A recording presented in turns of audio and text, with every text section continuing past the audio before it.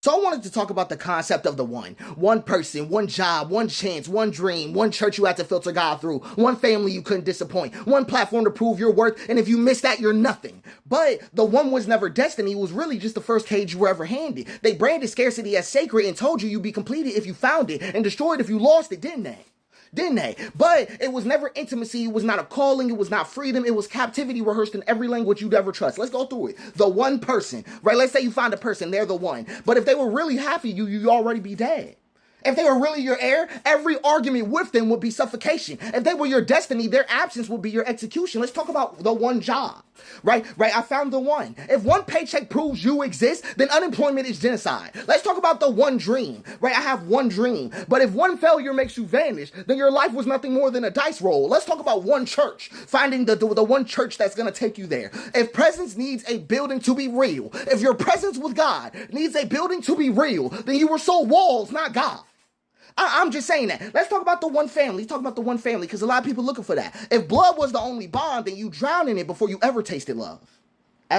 Ever. Let's talk about the one platform. Some people just want to be famous. They just want to blow up. But if clicks are your mirror, then you'll die of thirst drinking your own reflection before you ever reach water. Before you ever reach it. Every the one is just another ransom note pinned to your chest. And you're not free thinking either. I can show you what I mean. The chemicals, they rewired those too.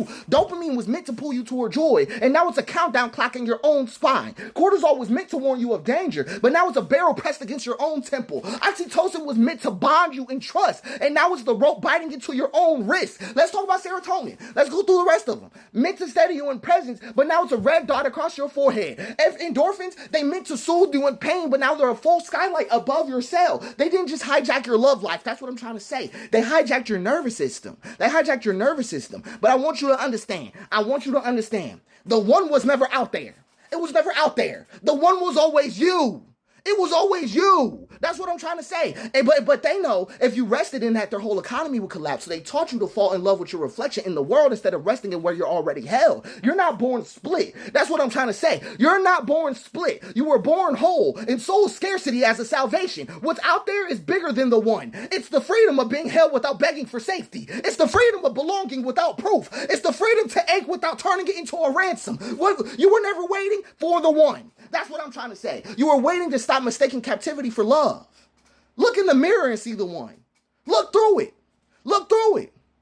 Right? Really. If you really want to find it, the one is what you had to give to the world. That's what you had to give. You were the one. You were the extra. I'm just saying it. You were the one. Focus.